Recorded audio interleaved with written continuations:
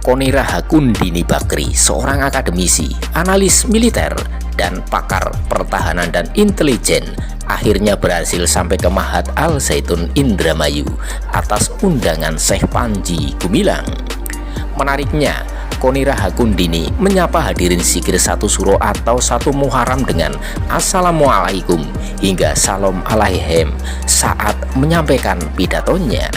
Dia bercerita bahwa kedatangannya adalah memenuhi tugas baik sebagai guru hingga pendidik, terutama melihat Mahat Al Zaitun yang merupakan lembaga pendidikan.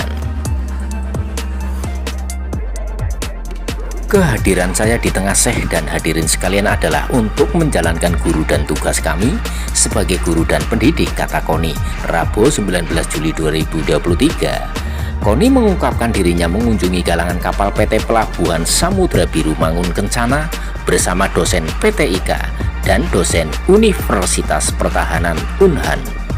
Itu adalah kesempatan emas bagi kami untuk melihat galangan kapal dan peralatannya untuk menciptakan ekonomi biru dengan karya nyata Al Zaitun dengan kemandiriannya, menurut Kony. Kunjungan ke Al Zaitun lanjutnya sangat membantunya mengembangkan ilmu dan pemahamannya. Ini penting bagi seorang guru. Di Indonesia, abad ke-8 terjadi karena dua hal, yakni karena kolonialisme dan era sok pintar, sok paling tahu, dan sok paling benar. Di tengah smartphone di tangan penduduk, silahkan nilai sendiri kemunduran tata adab pikir dengan smartphone di tangan kita tandasnya. Berkaitan dengan proyek kapal Al Zaitun, Kony mengaku sangat mendukung, apalagi Indonesia telah menetapkan visi sebagai negara poros maritim dunia. Kita harus berani mengakui bahwa kita menghadapi kendala, bahkan mungkin kita lalai mengatur laut. Al Zaitun yang mengembangkan rencana dengan pandangan sejarah adalah bagian dari ekonomi biru, klaimnya. Nenek moyang bangsa Indonesia, menurut Kony, memiliki visi terhadap laut, bahkan diakui karena pengetahuannya tentang laut. Namun setelah era kolonial, hal itu tampaknya menghilang. Leluhur kita memiliki visi maritim yang tegas dan konsisten, memiliki strategi perang laut. Rainha de Jepara, Ratu Kalinyamat, sangat dihormati Portugis. Kejayaan kerajaan Goa menjadi maritim besar selama 149 tahun. Di puncak kejayaan ditopang kebudayaan besar maritim. Alhasil, dalam pandangan Kony, apa yang dilakukan Al Zaitun merupakan kemajuan dan patut ditiru oleh kelompok warga negara lain untuk mengembalikan keagungan maritim Indonesia. Saya menemukan di galangan kapal Al Zaitun bahwa semua jiwa nenek moyang kita masih diselimuti misteri. Meski saat ini kecil, mereka akan tumbuh secara signifikan jika gerakan sosial didukung, katanya.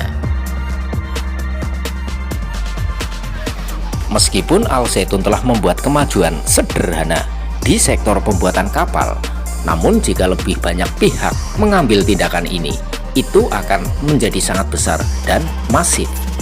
Mari kita kembalikan kehormatan sejarah dan status Indonesia sebagai negara poros maritim. Hormat saya kepada Syekh Panji yang telah memproduksi kapal secara mandiri. Kony Rahakundini, seperti diketahui, memiliki keistimewaan namanya digunakan pada kapal nomor 4 Mahat Al Zaitun yang berukuran sebesar Bahtera Nuh. Kapal keempat, Ratu Kony Rahakundini Bakri, akan dibangun menurut Syekh Panji Gumilang. Mari kita simak pidato Kony Rahakundini Bakri dalam sambutannya di Mahat Al Zaitun sampai selesai dan semoga bermanfaat. Pertama disampaikan oleh Ibu Dr. Kony Rahakundini Bakri, MSI, akademisi dan analisis militer, keamanan, pertahanan, dan intelijen. Kepadanya disilakan.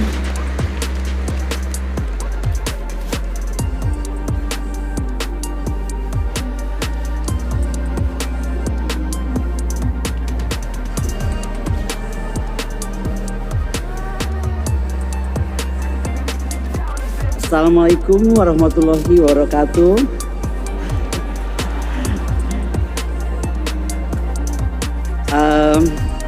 Saya ini kok agak gemper ya di sini ya.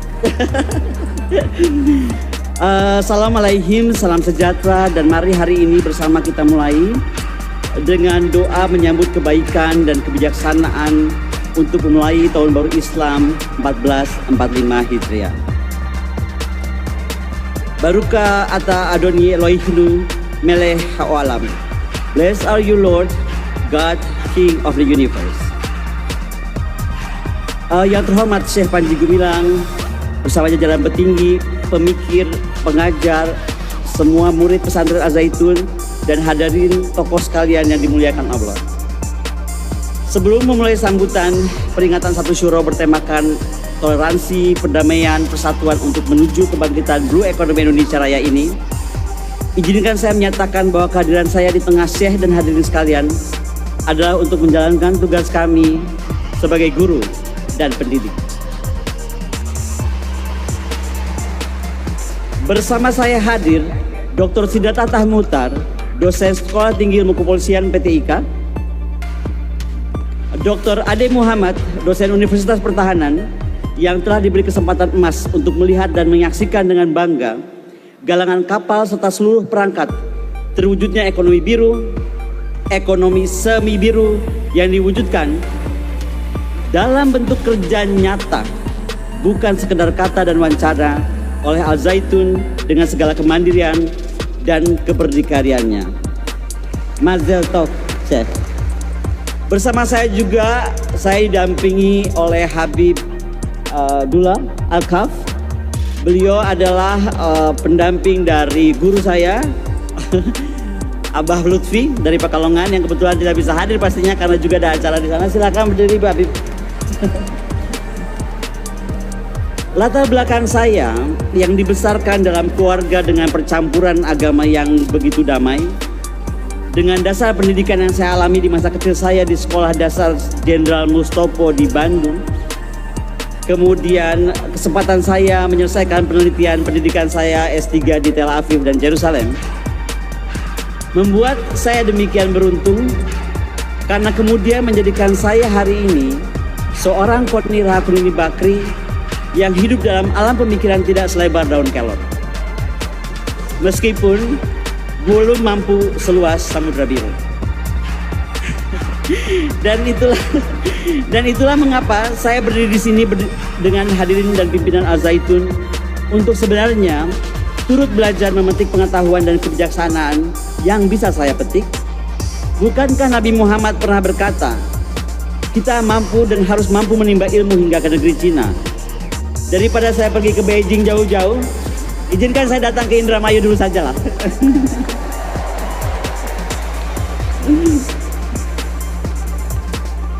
Abad pertengahan Eropa yang disusul dengan kejatuhan Emporium Romawi pada 1330 mengawali era kegelapan Eropa, dan ini adalah era di mana tumbuh berkembang gerakan anti ilmu pengetahuan.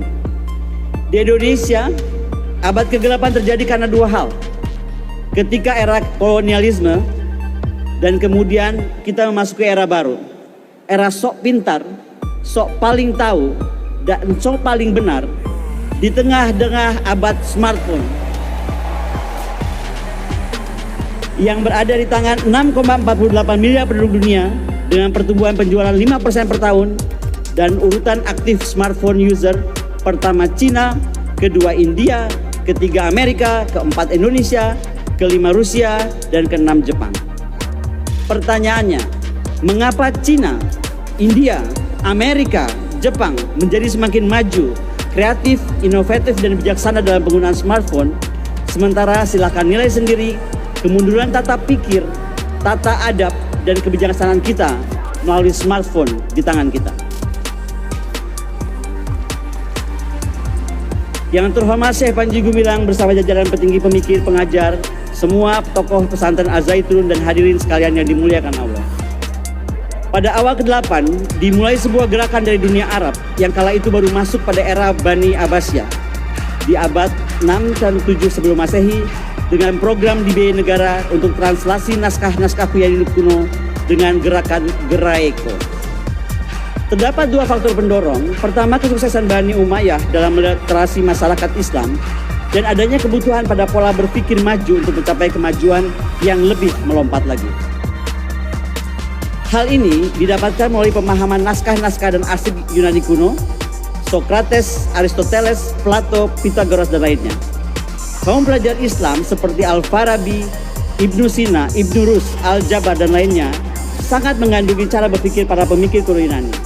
Bahkan mereka tidak segan mengakhiri mereka dan meyakini mereka sebagai pengikut Plato dan menamai diri mereka Neo-Platonik. Banyak sajak lagu diciptakan dan pengetahuan diciptakan. Prinsipnya adalah satu. Manusia adalah binatang yang bertanya.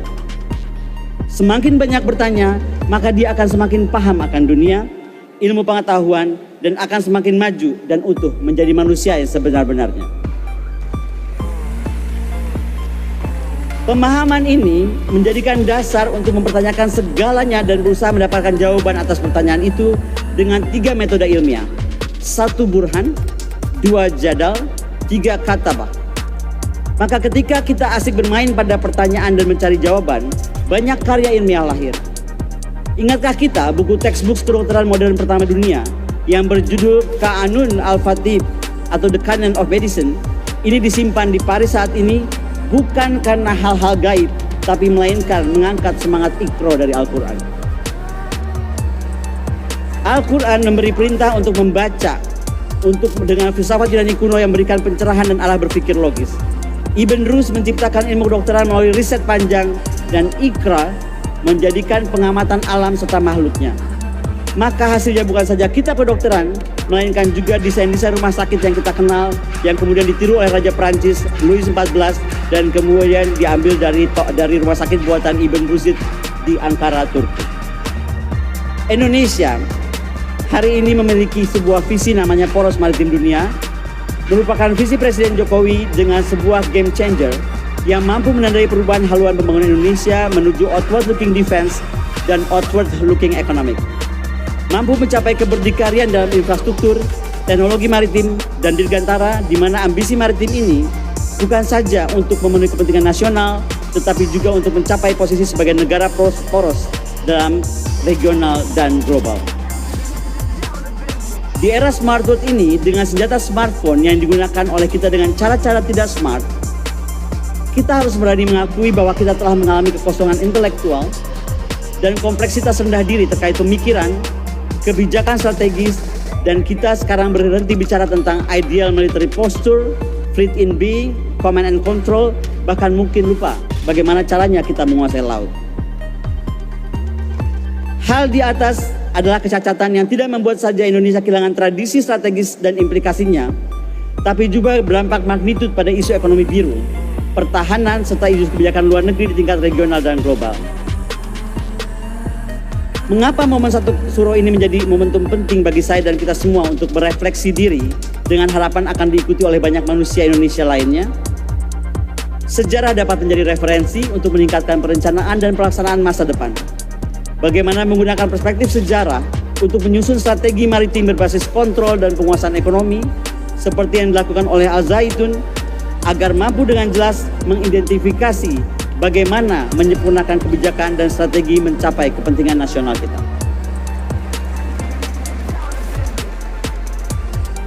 Leluhur kita memiliki visi maritim yang tegas dan konsisten, memiliki strategi perang laut, dan komit dalam mewujudkan kemampuan command of the sea.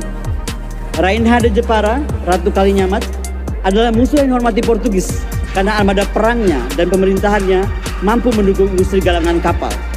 Dengan 1, menyediakan analisis tentang tren ekonomi, jalur perdagangan, kemudian memfasilitasi kontrak dengan aktor ekonomi dagang, mengembangkan industri biru dengan analisa informasi, dan menyesuaikan persyaratan-persyaratan yang diperlukan. Kejayaan kerajaan Gowa yang berlangsung dari zaman Raja Gowa Karaeng Tumaparasi Kalona hingga zaman Raja Gowa Sultan Hasanuddin di tahun 1669 menjadi kerajaan maritim besar selama 149 tahun. Kemudian di puncak kejayaannya ditopang oleh sebuah kebudayaan besar maritim.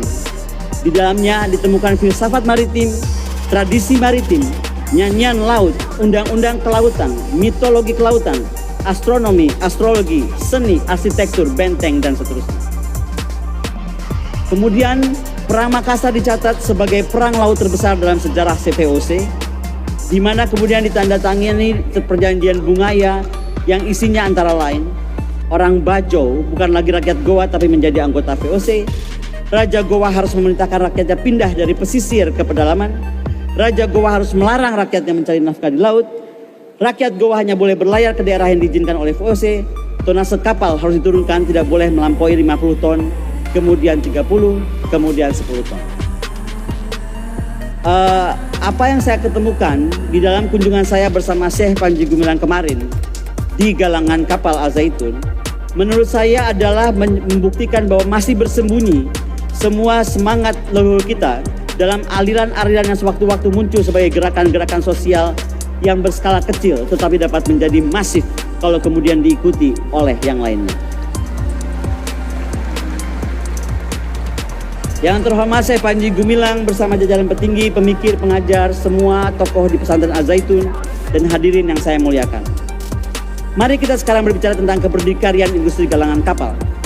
Pasar pembuatan kapal global bernilai sekitar 120,6 miliar dan akan menjadi 175 miliar dolar pada tahun 2025.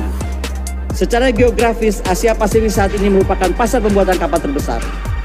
Meningkatnya perkembangan transportasi regional juga pembuatan kapal secara signifikan mempengaruhi pertumbuhan pembuatan kapal, dan Cina menyumbang 37,2% pasar pembuatan kapal global.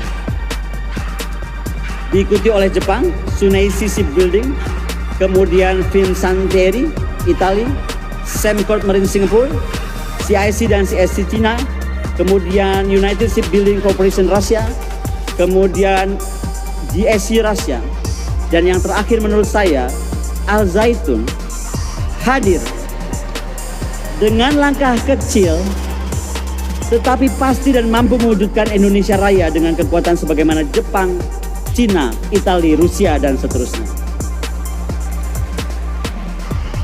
Tugas kita semua hari ini jauh lebih ringan.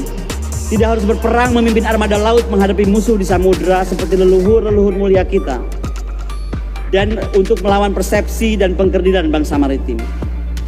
Mari kita sekarang melawan hal itu dengan mengembalikan marwah leluhur dan mewujudkan kedikdayaan Indonesia sebagai negara poros maritim dunia.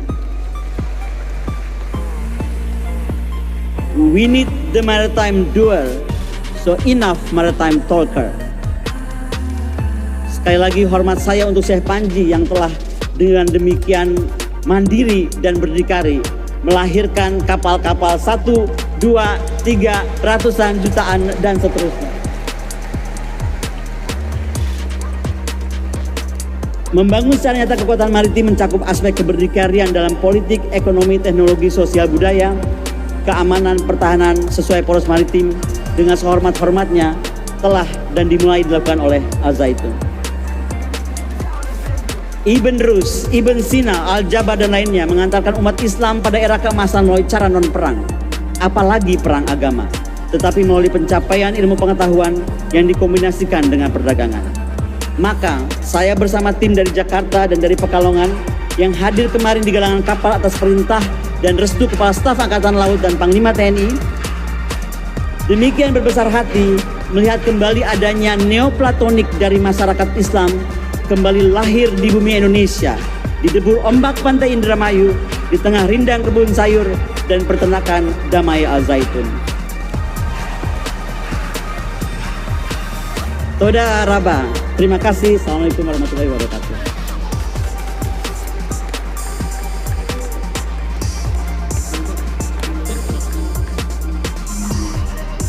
Selanjutnya, pemberian cenderamata dari Ibu Dr. Koni Rahakundini Bakri MSI kepada Yang Amat Berhormat Syekh Az Zaitun.